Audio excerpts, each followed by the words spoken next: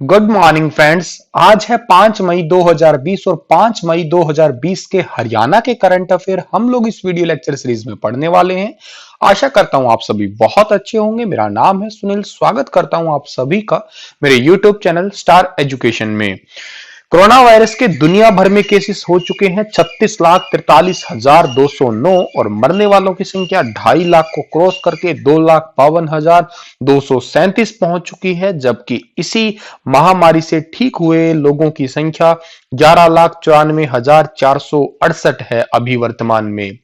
America के अंदर सबसे ज्यादा केसेस है और ये लगातार आंकड़ा बढ़ ही रहा है। 12,12,800 लोग अभी तक संक्रमित है और जबकि ठीक होने वालों की संख्या तो यहाँ पे काफी कम है, लेकिन मरने वालों का आंकड़ा काफी बढ़ रहा है। 70,000 के आसपास लोग जो है मर चुके हैं। और नंबर 2 पे स्पेन है, 3 पे इटली है, 4 पे यूके, 5 पे फ्रांस, 6 पे जर्मनी, 7 पे रशिया, 8 पे टर्की, 9 पे ब्राजील, 10वें पे ईरान है और अब 11वें पे चाइना है, यानी कि टॉप 10 से ये बाहर है। 12 पे कनाडा है, 13 पे बेल्जियम है। अच्छा, 14 नंबर पे पेरू है और 15 नंबर पे हमारा प्यारा भारत है। तो हम दुनिया भर में अब 15वें नंबर पे हैं और भारत की स्थिति आप ये देखिएगा कि 46,437 केस। आप ये आंकड़ा देखिएगा, एक दिन के अंदर 3,500 से भी ज्यादा केस देखने को मिले हैं, जो कि सबसे ज्यादा अब तक में। मरने वालों की संख्या जो है वो 1,500 को क्रॉस कर चुकी है। 1,566 लोग अब तक मर चुके हैं। पहले नंबर पे महाराष्ट्र, दूसरे पे गुजरात और तीसरे पे दिल्ली है। और आप हरियाणा की स्थिति देखिएगा, लगातार मतलब कल भी सबसे ज्यादा केस थे, 66 केस देखने को मिले थे। आज 75 केस देखने को नए मिल रहे हैं। 517 अब तक आंकड़ा हो चुका है और एक और मर गए। टोटल 6 लोग जो है अब तक मर चुके हैं। एक छोटी सी उम्मीद ये है कि यहाँ पे 9 लोग जो हैं वो ठीक होके भी आए हैं।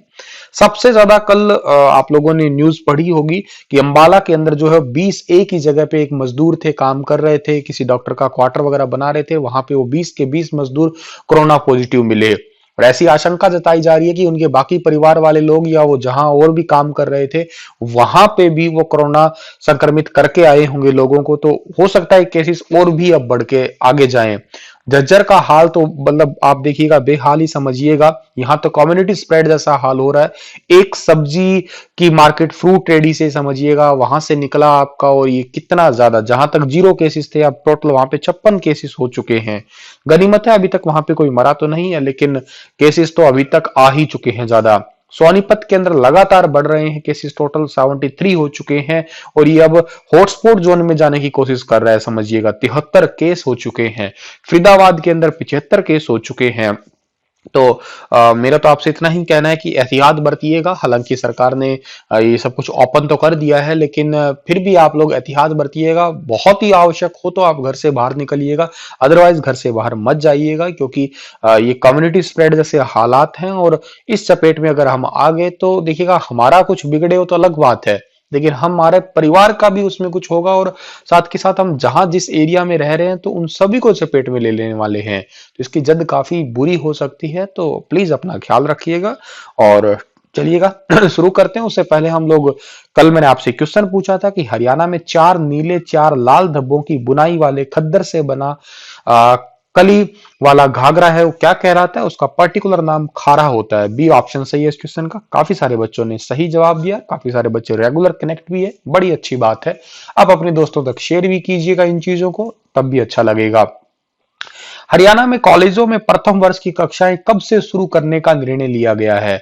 तो हरियाणा के अंदर कॉलेजों में जो फर्स्ट ईयर, आप सभी को पता है ना कि ये जून जुलाई के बाद में नया जो सेशन है वो स्टार्ट हो जाता है। तो मोस्ट प्रॉब्ली ये सेशन जो होता है वो अगस्त के अंदर स्टार्ट हो जाता है, मतलब जुलाई के मिड में या अगस्त में स्टार्ट हो जाता है हर साल। तो लेकिन इस बार नया सेशन 1 सितंबर से शुरू करने का निर्णय लिया गया है।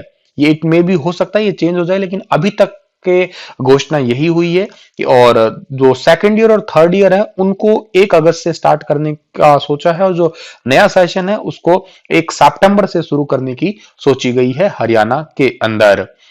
आगे बढ़ते हैं हम लोग। तो हाल ही में मुख्यमंत्री मनोहर लाल ने किस पर वर्किंग कैपिटल बढ़ाने का ऐलान किया है?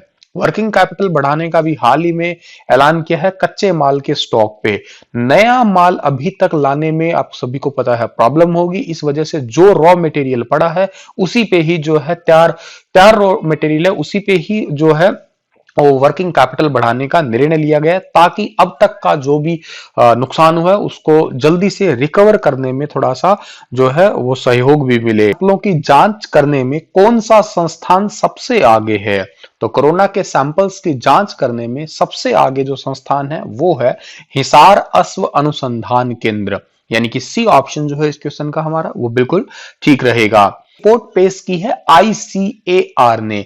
आईसीएआर इसका मतलब क्या है? आईसीएआर का मतलब है Indian council of agriculture research. दोबारा रिपीट कर रहा हूं, Indian council for agriculture research. इनके अकॉर्डिंग हिसार के अंदर अश्व अनुसंधान संस्थान है, वहां पे कोरोना के जितने भी सैंपल लिए जाते हैं और उसकी जो जांच की जाती है उसमें पहले नंबर पे है, दूसरे नंबर पे भोपाल पशु विज्ञान केंद्र है, और तीसरे नंबर पे इज्जत नगर है, और चौथे नंबर पे भुवनेश्वर पशु विज्ञान केंद्र है। ये इज्जत नगर जो है ये कहां पड़ता है भारत में? आप मुझे कमेंट सेक्शन में लिखिएगा, और किस चीज के लिए प्रसिद्ध है, किसके लिए जो है किस पशु की जांच करने के लिए ज्यादा इसे फेमस माना जाता है।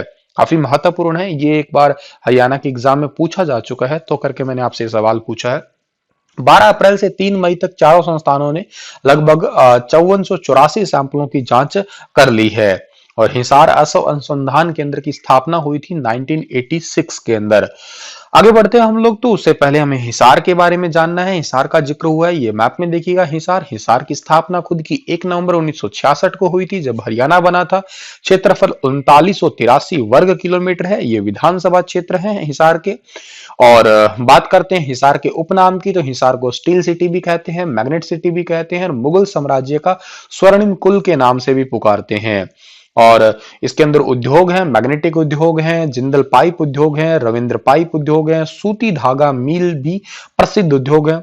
मंदिरों की बात की जाए तो बिश्नोई मंदिर है, महाराजा अग्रसेन मंदिर है, काली देवी मंदिर है, और बुआ कुमारी का मंदिर प्रसिद्ध मंदिर है। अगला जो हमारा सवाल है कि हाल ही में किस जिले में लेफ्ट राइट नियम लागू किया गया है? लेफ्ट राइट नियम लागू किया गया है अभी हाल ही के अंदर पानीपत के अंदर। बी ऑप्शन जो है इस क्वेश्चन का बिल्कुल ठीक है। लेफ्ट राइट का मतलब ये है कि एक साइड, जैसे मान लेते हैं ये रोड है, तो आप सभी को खैर पता ही है बाजार का, तो इस रोड के दोनों साइड दुकानें होती है, तो एक दिन खुलेगी लेफ्ट साइड वाली दुकान, एक दिन खुलेगी राइट साइड वाली दुकान। हालांकि ये फैसला जो है अभी 2 दिनों के लिए ही लिया गया है, ठीक है, यानी कि आज है तो वो मतलब पहले दिन क्या है कि एक तरफ की दुकान खुलेगी, और परसों जो है वो एक तरफ की, यानी कि आज एक साइड दूसरे अगली साइड, ये 2 दिन के लिए है। हो सकता है इससे आगे जो है वो बढ़ाया जाए, मतलब ये ऑड इवन फॉर्मूले की तरह जैसे जैसे काम कर सकता है। पानीपत का जिक्र हुआ है, तो पानीपत के बारे में बात कर लेते हैं। ये हरियाणा में मैप में पानीपत की स्थापना 1 नवंबर 1989 को हुई थी। क्षेत्रफल 1268 वर्ग किलोमीटर है। विधानसभा क्षेत्रों में पानीपत शहरी, पानीपत ग्रामीण, इसराना और समालखा है।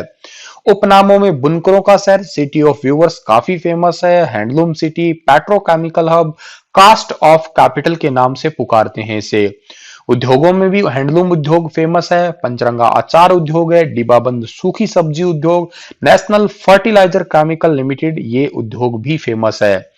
मंदिरों में देवी तालाब मंदिर, दादा पोता मंदिर, और मेलों में शिवरात्रि का मेला और पाथरी माता का मेला। हालांकि पानीपत अपने युद्धों के लिए भी फेमस है। 3 युद्ध पानीपत में हुए थे, ठीक है। पहला युद्ध कब हुआ था भाई? 1526 में। दूसरा कब हुआ था भाई? 1556 में। तीसरा कब हुआ था भाई? 1761 के अंदर।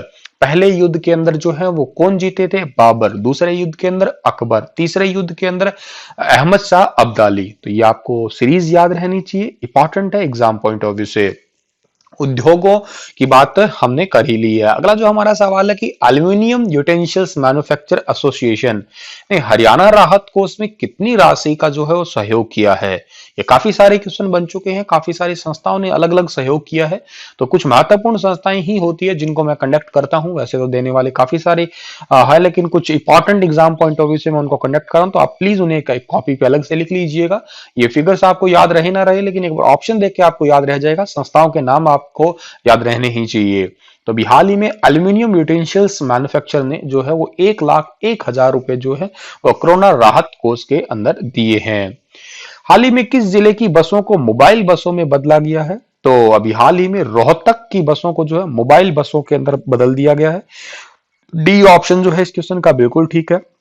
मोबाइल बसों का मतलब ये है कि ये जो हरियाणा रोडवेज की बसें हैं, ये घूम घूम के मतलब इनके अंदर सारा कुछ जो है कोविड 19 का किट होगा एक टाइप से, जिनके अंदर बेसिकली सैनिटाइजर होगा, मास्क होगा, स्क्रीनिंग टेस्ट करने के लिए, थर्मल स्क्रीनिंग टेस्ट करने के लिए सारे उपकरण होंगे।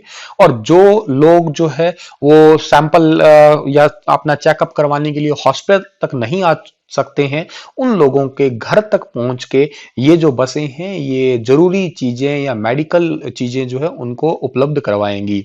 स्टार्टिंग में जो है ये लगभग 17 के आसपास बसें जो है तैयार की गई है, अगर जरूरत पड़ी तो इनको बढ़ाया जा सकता है। रोहतक की बात करें तो मैप में देखिएगा ये है रोहतक और चरखी दादरी हरियाणा के दो ऐसे जिले हैं जिनकी सीमा बाकी किसी अन्य जिलों से नहीं लगती है। स्थापना की बात की जाए तो 1 नवंबर 1966 है। क्षेत्रफल की बात की जाए तो 1745 वर्ग किलोमीटर है। ये रोहतक के विधानसभा क्षेत्रों में नाम आते हैं।